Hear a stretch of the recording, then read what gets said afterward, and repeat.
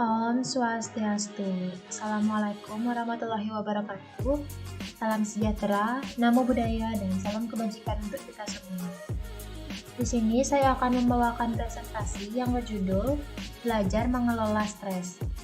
Sebelumnya saya akan memperkenalkan diri terlebih dahulu. Saya Niko Mangrahayu Indriani dari kelas 1E D4 Akuntansi Manajerial dengan NIM 2015644149. Presentasi saya akan mulai dengan peta konsep. Peta konsep yang pertama yaitu pengertian dan gejala stres, yang kedua penyebab stres, yang ketiga dampak stres, dan yang keempat cara mengelola stres. Pengertian stres. Apa sih itu stres? Stres adalah cara tubuh merespon perubahan. Stres sebenarnya adalah bagian yang normal dalam hidup. Hampir setiap orang bisa mengalami stres, termasuk anak-anak yang notabene selalu tampak ceria. Pasalnya, tubuh manusia memang dirancang untuk menghadapi tekanan mental dan bereaksi terhadapnya. Selanjutnya ada gejala stres. Apa saja sih gejala dari stres? Yang pertama, gejala emosi. Contohnya mudah gusar, frustasi, suasana hati mudah berubah, sulit menenangkan pikiran, kesepian, merasa tidak berguna, hilang kendali hingga tampak kebingungan, dan menghindari orang lain.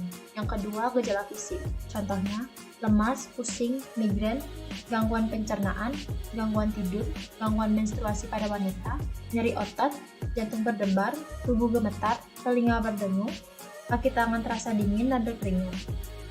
Yang ketiga, gejala kognitif. Contohnya, sering lupa, sulit fokus, pesimis, dan membuat keputusan yang tidak baik. Yang keempat, gejala perilaku. Contohnya, tidak mau makan, tidak bertanggung jawab, menunjukkan sikap gugup seperti menggigit kuku atau berjalan bolak-balik, merokok, dan mengonsumsi alkohol secara berlebihan. Selanjutnya ada penyebab stres. Penyebab utama dari munculnya stres adalah respon alami tubuh yang dikenal dengan respon melawan atau lari. Respon ini diaktifkan oleh sistem saraf ketika tubuh mendeteksi keadaan darurat atau adanya hal-hal lain yang dianggap membahayakan diri. Hal tersebut disebut pemicu stres. Pemicu stres dapat berasal dari faktor luar, yaitu lingkungan sekitar atau perubahan gaya hidup, maupun dari dalam tubuh dan pikiran sendiri. Berikut ada contoh penyebab stres dari faktor eksternal dan internal. Faktor eksternal yaitu beban pekerjaan, pengangguran, kehilangan orang kesayangan, dan perceraian. Faktor internal yaitu ketakutan dan kekhawatiran, persepsi negatif, ekspektasi berlebihan, dan tidak mampu mengontrol emosi. Selanjutnya ada dampak stres. Dampak stres dibedakan menjadi dua, yaitu dampak positif dan dampak negatif. Dampak positif yaitu meningkatkan motivasi, meningkatkan ketahanan masa depan, meningkatkan ikatan, dan merupakan bagian dari hidup. Dampak negatif yaitu mengganggu tidur, memiliki pilihan makanan yang buruk, mengacaukan hormon, rentan terkena berbagai penyakit, dan menimbulkan depresi. Berikut adalah diagram batang data jumlah orang yang mengalami stres. Diagram batang biru merupakan total jumlah orang yang mengalami stres tiap tahunnya. Bisa dilihat di tahun 2020 memiliki total jumlah orang yang mengalami stres paling tinggi di antara tahun-tahun lainnya. Ini disebabkan karena adanya pandemi COVID-19 di mana banyak orang kehilangan pekerjaan dan mata pencahariannya yang bisa menyebabkan stres pada tubuh. Setelah pemaparan materi di atas, tentu muncul pertanyaan. Apa yang harus dilakukan untuk mengelola stres? Baik, yang pertama yaitu identifikasi sumber stres. Seringkali kita mengira dan mengidentifikasi sumber-sumber tekanan dari kejadian-kejadian kasat mata seperti pindah kerja, perpisahan dalam hubungan, dan hal-hal lain. Padahal ada hal tak kasat mata yang jauh lebih kompleks yang berdiam dalam hati dan menjadi penyebab stres yang tidak berani kita akui sebagai penyebab stres yang sesungguhnya. Lalu yang kedua yaitu terapkan rumus HUST. HUST merupakan singkatan huruf awal dari hindari, ubah, sesuaikan, dan terima. Yang pertama adalah hindari. Maksudnya di sini bukan menghindari masalah, tapi bisa mengasah kepekaan untuk menghindari hal-hal yang menimbulkan tekanan. Seperti berlatih mengatakan tidak untuk hal-hal yang tak nyaman bagi kita tanpa harus merasa bersalah. Yang kedua adalah ubah. Ubah situasi jika tidak bisa menghindarinya. Seringkali mengubah ini berkaitan erat dengan cara kita berkomunikasi dan mengatur jadwal harian. Misalnya, berlatih mengekspresikan perasaan ketimbang menyimpannya dalam hati, dan berusaha menjadi lebih fleksibel dan berkompromi untuk hal-hal yang sebelumnya sama sekali tidak bisa ditawar. Selanjutnya, yang ketiga adalah sesuaikan. Sesuaikan diri dengan sumber tekanan apabila tidak bisa mengubahnya. Mengubah harapan dan tindakan kita terhadap sumber tekanan akan sangat bisa mengembalikan kemampuan kita mengontrolnya. Bisa dengan mengubah pandangan kita terhadap suatu masalah dan melihat perspektif yang lebih luas. Lalu yang terakhir adalah terima. Terima hal-hal yang tidak bisa diubah adalah cara jitu untuk bisa berdamai dengan sumber-sumber tekanan yang berada di luar kekuasaan kita, seperti kematian orang yang kita cinta, kondisi perekonomian yang buruk, dan ketidakberuntungan yang tak terhindarkan. Berikut adalah cuplikan video tentang manajemen stres. Hai teman-teman, balik lagi nih sama aku, Septi. Kali ini aku akan bahas mengenai mengelola stres. Tapi sebelum itu jangan lupa klik like, share, dan subscribe-nya dulu ya. Nah teman-teman tahu nggak siapa itu mengelola stres? Kenapa sih kok stres itu perlu dikelola? Kenapa stres harus dikelola atau kenapa stres butuh untuk dikelola? Nah, teman-teman mau tahu kan? Mau tahu kan? Yuk simak video ini.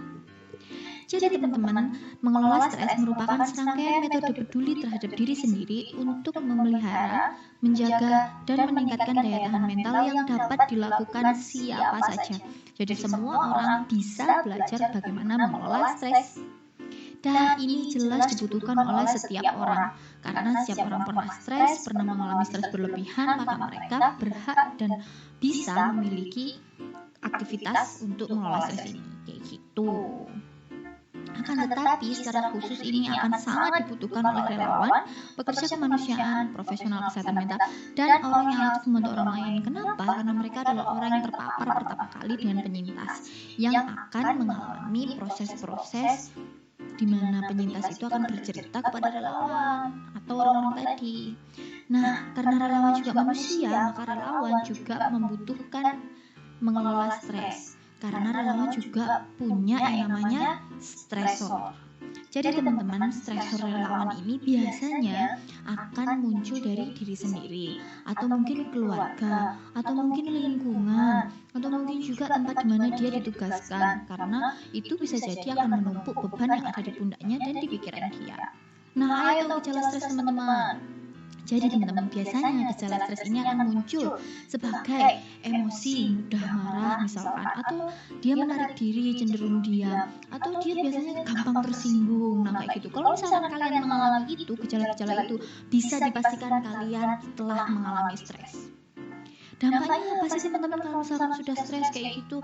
Burnout, kelelahan untuk menolong dan menyayangi, lalu trauma sekunder. Wah, jangan sampai teman-teman. Kalau teman-teman sudah ada di tahap ini, maka teman-teman butuh untuk bercerita atau mengelola stres agar tidak sampai seperti ini. Kayak gitu. Nah, 5 prinsip dasarnya bagaimana sih cara untuk mengelola stres? Nah, sekarang ini nih. Yang pertama, kenali diri. Teman-teman harus tahu siapa diri kalian. Teman-teman harus tahu apa sih yang kita butuhkan saat stres, kayak gitu. Yang kedua, peduli terhadap diri sendiri. Kalau misalkan capek ya istirahat. Kalau misalkan lapar ya makan. Kalau misalkan butuh tempat curhat ya silahkan untuk curhat. Cari teman untuk berbicara.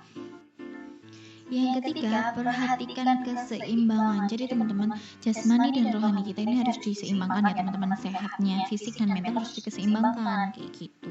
Yang keempat, proaktif. Jadi aktiflah melakukan kegiatan-kegiatan yang positif agar tumpukan-tumpukan beban ini tidak menjadi beban pikiran kita. Nah, yang kelima yaitu bersinergi. Kalau misalkan teman-teman sudah lelah, benar-benar capek, stres, teman-teman bisa cerita, ajak orang lain untuk berbicara agar bebannya ini bisa di-sharingkan ke orang lain. Kayak gitu. Baik, di slide terakhir ini ada a note to self, yaitu karena setiap orang layak untuk membuat hidupnya menjadi lebih baik. Terima kasih sudah menyimak presentasi saya tentang belajar mengelola stres. Saya mohon maaf apabila ada salah kata yang disengaja maupun tidak sengaja. Saya tutup dengan Parama Santi. Om Santi Santi Santi Om.